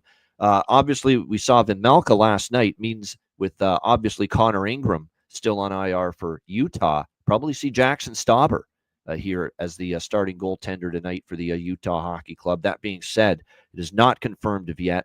He had 2 terrific outings to begin his Utah tenure, shutting out Vegas 6-0, beating Philadelphia 4-2. Not quite the same the last time, though, against the Anaheim Ducks, giving up 4 goals in that one. But nevertheless, still pretty solid overall. 2-0-1, 1.96 goals against average for Stauber in the 3 games. But there was a little bit of a decline in his performance against Anaheim. And with all due respect to Philly, to Vegas, and to Anaheim, to Philly, and Vegas, the first 3 teams he played, Edmonton's got a lot of firepower to throw at Stauber. So we'll see how he fares here. And probably his toughest test yet. You're probably going to see Stuart Skinner for the Edmonton Oilers, an Oilers team coming off a loss to the Anaheim Ducks, 5-3 the other night. We'll see how it plays out, but certainly Edmonton, you'd think, not just losing to Anaheim, but losing to LA in overtime on Saturday as well. Those back-to-back defeats for them on that California road trip against the Kings and the Ducks will have them likely fully focused here on this Utah team. Now, Utah had a 7-game road win streak snapped last night. So, and even though they're on a back-to-back, I don't know if this is the right price to get involved with Utah here. What I am going to do is, for the first time in a while, it's a long time since I've gone down this pathway with Edmonton. But whenever I like Edmonton in a particular game or spot, and they're a home favorite in this price range, like minus 190, minus 200 or higher, I'm always going to gravitate to the team total. And that's what I'm going to do here with Edmonton. Over 3.5, minus 125 for this Oilers team total. That's what I like most of all. Could the game go over 6.5? It could, but I like the team, and I lean that way, but I like the team total for the Oilers a little bit more. I do think they get back on track, and they certainly can take advantage of a Utah team in a pretty tough spot. What do you think here, Alex? Utah, Edmonton. I like the draw here. I got plus 333 at BetMGM. 3 of the last 5 Oilers games have gone past regulation. Like I said, with Utah, having that road win streak snapped, maybe they at least try to hang on in this spot. I don't necessarily see a barn burner here. And those at 6.5. If I had to play the total, I would actually lean under. I could see this one being a 2-2, 3-3 kind of a game. So I think Utah maybe tries to slow Edmonton down a little early. And this one goes overtime. So plus 333 is a small play with being the last game of the 2024 year. But I'll go draw. Good call, Cuban Wayne Gretzky. That's what I call him because Don Cherry called him that years ago. Tricky Nicky Nick Bukestad. You're right. Now, he was only in Edmonton for half a season because it's funny. Right. He went from Arizona to Edmonton, and then he went to Utah, which formerly Arizona. So If Bukestad was going to show up against his old team, he would be dominating because he's played with a third of the league. So yeah, no doubt. Yeah, I don't mind that, Nick Bukestad. And plus, he's still, I believe, last I checked, getting top 6 minutes for this Utah team. I don't think he's been dropped down the lineup yet of late. Let me just check on that. But that's another thing he's down on the third line now. He was in the top 6. But yeah, I mean, certainly Schmaltz, Cooley, Gunther, Bukestad would be of interest for Utah. There's one that I really like for Edmonton, and it's Arvidsson. Victor Arvidsson is very streaky, and it's taken him a while to get going offensively for the Oilers this year, but suddenly we're starting to see him get that confidence back to finish his scoring chances. 4 goals on the season, but he's got 2 in the last 3 games for the Edmonton Oilers. So maybe Victor Arvidsson, former King, former Predator, starting to heat up right now for Edmonton. So I do like Victor Arvidsson goal prop here for Edmonton tonight. Matt, final game. What do you think here, Utah-Edmonton? I have nothing on this pregame. We'll see where I'm at in the night. Maybe I'll watch this game and, have some live looks depending on pace, but I could see this going over or under. I don't really want to back Utah, and I'm not going to back Edmonton at minus 200, excuse me. So, probably a pass game for me. There's a lot on today, so we'll see if I'm even still up and watching. So this will be the late one. Oh, you'll be up. Come on, man. This 6 p.m. Pacific time this starts. You're going to be up. You just may not be watching. That's all. Yeah. By then, it may be. We'll see how the college football playoff game is tonight. I think that's 4:30 kickoff, so might still be going on. So just may not be my first resort, but yeah. No, I mean, definitely. Yeah, I'll be making plenty of room on the old television sets for Penn State, Boise State. Definitely college football playoff. Very much into those 4 playoff games the next 24 hours. 3 of them tomorrow, including Ryan Robinson's Arizona State Sun Devils going up against the mighty Texas Longhorns. That's an interesting matchup. Ohio State, Oregon, a rematch of a classic that they played in the regular season. And then, of course, Notre Dame, Georgia. So, yeah, very much interested in the college football playoffs. And a huge hockey card, Winter Classic, bowl games, you name it. It's a great time of year, no doubt. This is our final show of the year. We thank everybody for joining us, not only today, but all year, all season long. Another year in the books. Another year of growth for this show, which we love to see. And that's something that, we love to see, that the Patreon membership keeps improving. The YouTube channel subscriptions. Yes. We're getting so close now to 6,000 YouTube channel subscribers. It's a beautiful thing. We can't thank you enough for all of your support and tuning into this show every single day. We appreciate it very much, including, of course, our Patreon members. Make sure you sign up, just $10 per month. Patreon.com/Ice Guys, just $10 per month. Goalie charts, totals charts, power ratings, you name it. Of course, our daily betting cards, sides, totals, player props posted on the page each and every day. Leafs just scored 1-0 Toronto. Goalie sides, totals, player props posted on the page each and every day. Like I said, it's been a great run with the betting card too. Betting card's been on fire here for the last few days. So make sure you sign up if you haven't already. We're almost at 200. Obviously Patreon members. And again, your $10 per month subscription goes a long way to supporting the show and keeping it going. So $10 per month, patreon.com/Ice Guys, and live exclusive betcasts for Patreon members only begin in January. And we're going to talk, Alex and I, about what the schedule will look like probably after New Year's Day. So we're going to get that all squared away. How many betcasts, which ones are free, which ones are the Patreon exclusive, and which dates. We'll get all that taken care of, and we'll announce those very shortly. So very much looking forward to that as well. And make sure you check out the Ice Guys store as well. Get your gear and your merch. New year, fresh look. Go for it. Check it out. iceguys.myspreadshop.com. That's right. And we will have 25% off at the store starting tomorrow on New Year's Day and all the way through the 5th of January. You'll be able to save 25% off. That's at the Ice Guys store. That's iceguys.myspreadshop.com. Yeah, absolutely. Definitely make sure you check that out. All right, we got best bets and bargain bin special of the night. The last bargain bin special of the night for the year 2024 coming up in just a moment, right after we hear from our great Ice Guys sponsors.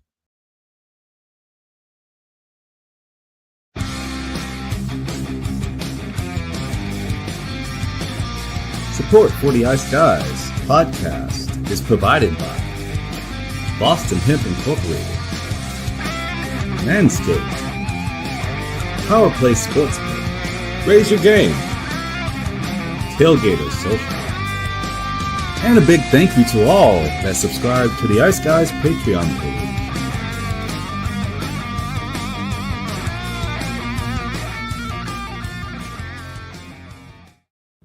Everyone loves a perfect pair. bacon and eggs, thunder and lightning, Mario and Luigi, a hot dog with fries, Ian and Alex B.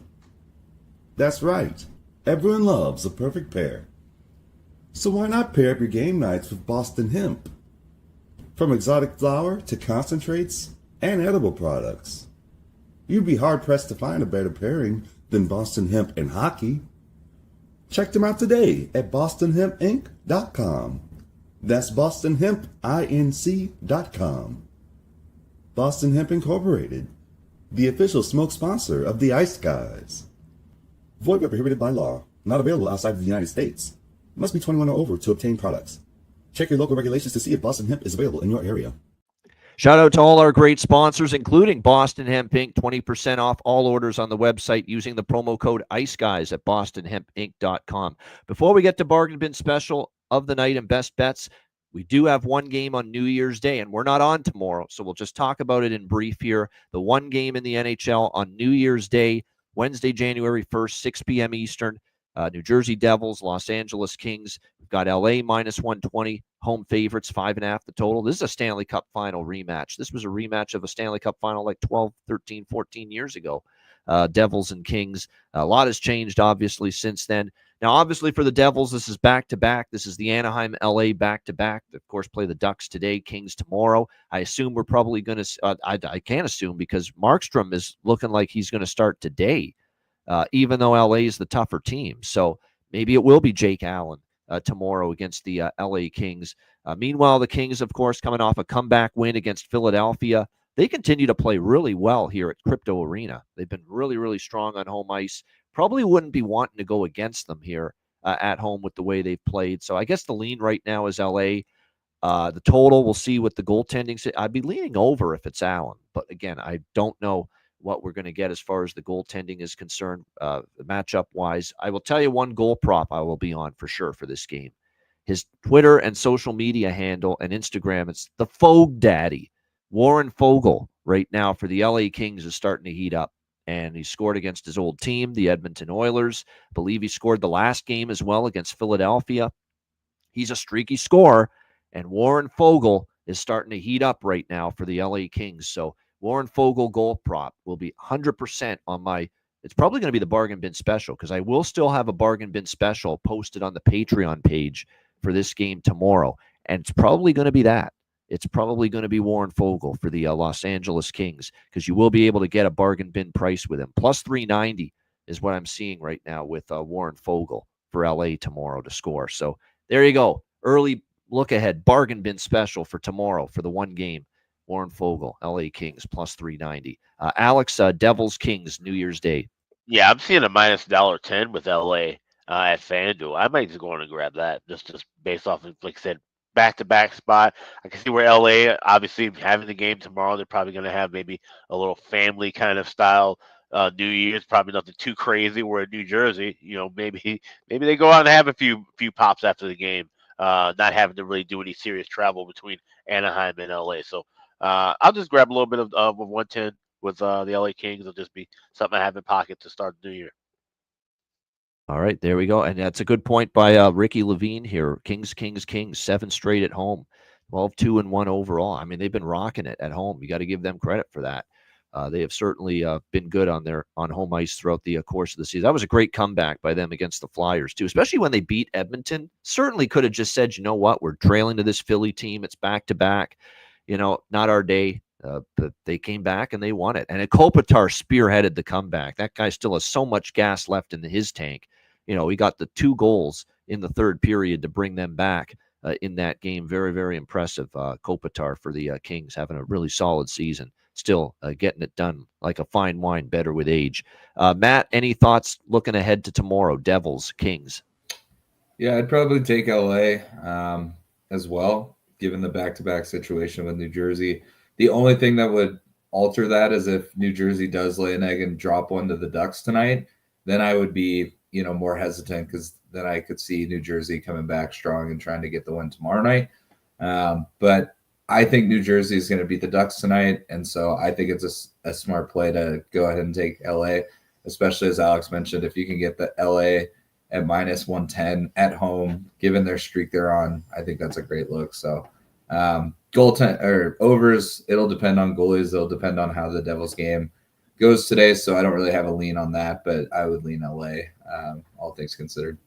I have to shout out Jorge Herrera in our chat. Happy New Year's, boys. He is one of my really great followers. He's constantly retweeting, reposting stuff, liking stuff that I post on Twitter, and certainly tunes into all the shows. He always asks me he loves the Football Frenzy show, and he's always disappointed when we have to cancel it. But appreciate Jorge. Happy New Year to you. Happy New Year to everyone in the chat. Certainly our last show, and we hope it's a great 2025 for all of us. And we also hope it's a great last bargain bin special of the night segment for 2024. And hopefully we got some winners in the coffer one final time for this year with the bargain bin special of the night. Alex, we'll start with you. What do you like in the bargain bin? I got two of them in today's outdoor contest up on the north side of Chicago. Got Blackhawks taking on the Blues. Let's go with Brandon Saad. Get anytime goal scorer plus 460. He's moving up to the top line. Like I said, back in Chicago where he made 2 tours of duty with the Hawks. I think he gets a goal. But I also like Alex Vlasic. Give me 11-1 at FanDuel. Anytime goal scorer. Like I said, defensemen I think are live in this game. We can see some sloppy ice, sloppy conditions. Maybe you see a puck bounce in. So Alex Vlasic, 11-1 anytime goal scorer for the Hawks. Brandon Saad plus 460 for the Blues. Those are my last two bargain specials of 2024. No doubt. Good stuff. I like those. I like the Brandon Saad look. That's actually on my card that I think it's worth a look. Former team angle as well, and moving up the lineup back in Chicago. So yeah, Brandon Saad, a little back to the future here tonight, this afternoon rather, that he can find the back of the net.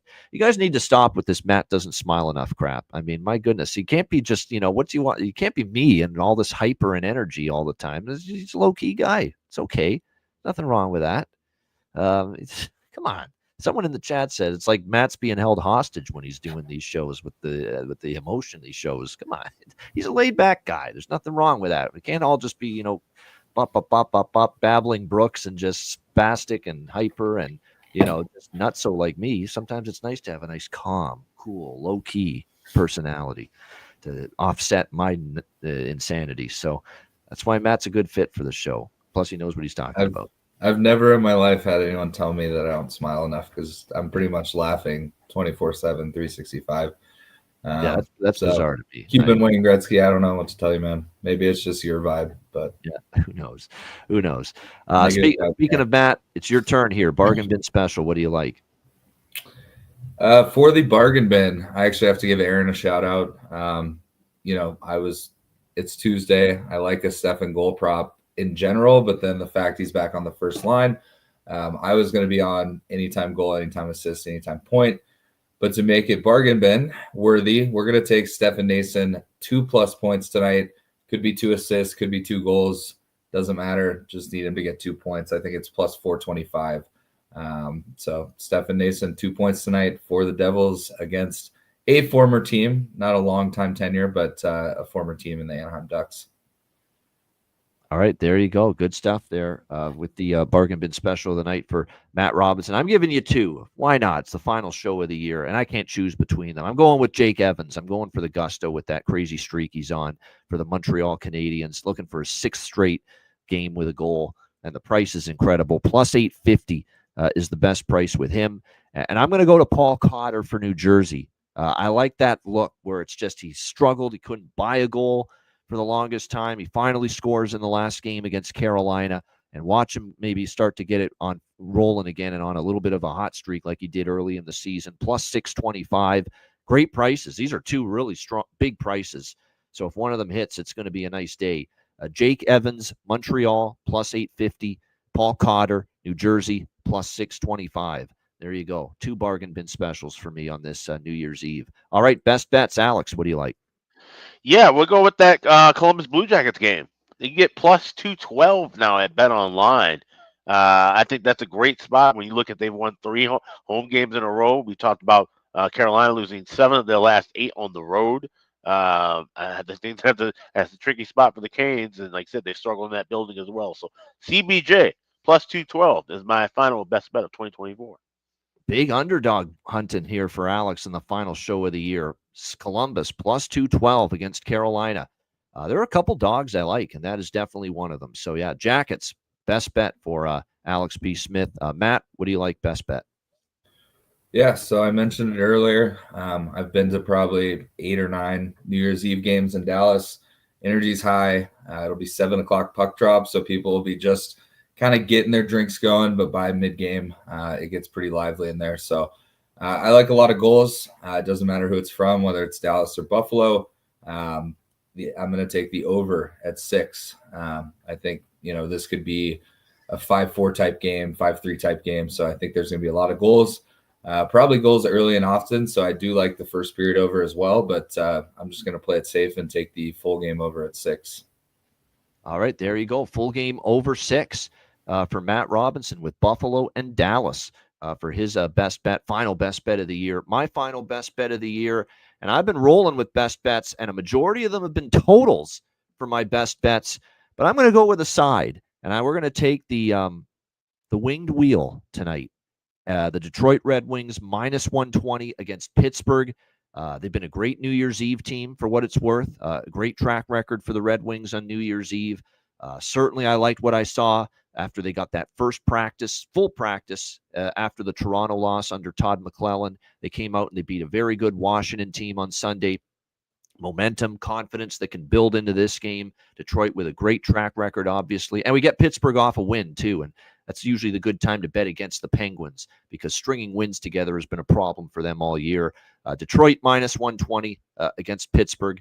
That'll be my best bet, my final best bet on the Ice Guys show for the year 2024. Shout out to everyone in the chat. You know what? Because it's our final show, we'll just let everyone have the floor one final time before we sign off. Alex, your final words to our great Ice Guys family before we call it a year.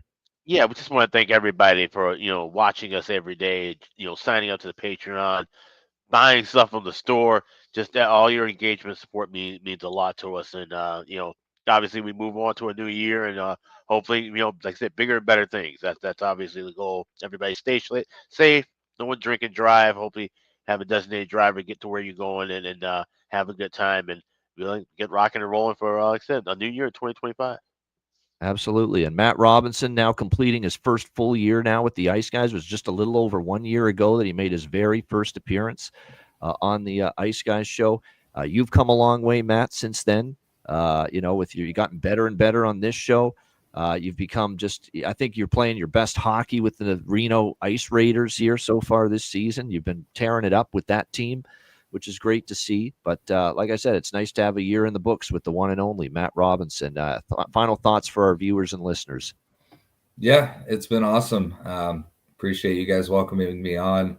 A lot of cool people in the chat that I've become friends with, whether it's via social, whether it's via the Betcast, all that fun stuff. So it's been cool kind of being on from the get-go of a season.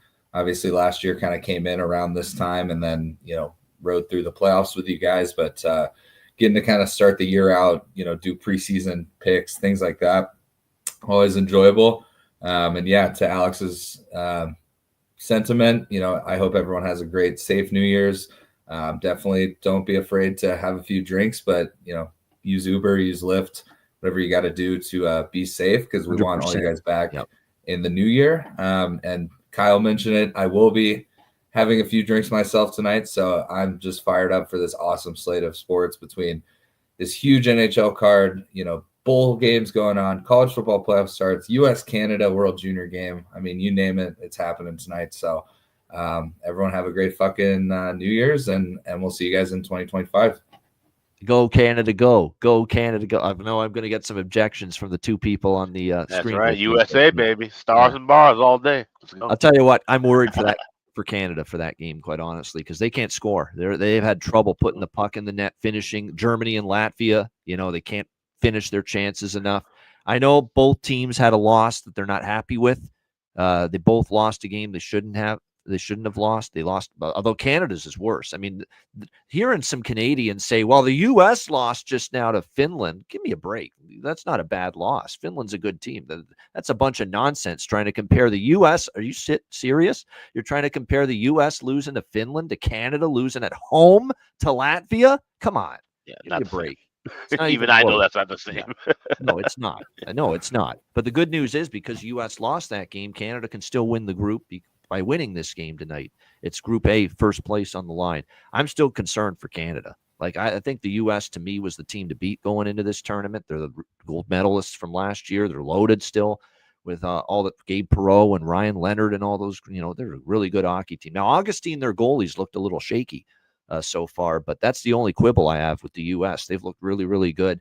That's a hell of a hockey game, man. Make sure, I know there's NHL and there's the playoffs in college football tonight, but make some time to tune into U.S. Canada I'll be watching World Junior Hockey Championship, which will be on NHL Network in the States, TSN in Canada. You get different crews, though, because I think it's EJ Raddick for NHL Network. It's Gord Miller, Mike Johnson for TSN. So you're going to get different crews for the game, but it will be on the air both sides of the border, that U.S.-Canada game. It'll be great. You know what's great? This show and you guys in the chat. We appreciate you so much. Hit the like button on the way out. Happy New Year to all. A reminder, the Ice Guys is live 7 days a week. And if you can't watch the show live, download the Ice Guys podcast in audio form on all major podcast platforms. For Alex B. Smith and Matt Robinson, I'm Ian Cameron. Have a great New Year's Eve. Happy New Year. Stay safe. And we'll see you back on the other side in 2025 on Thursday at 2 p.m. Eastern for another edition of the Ice Guys.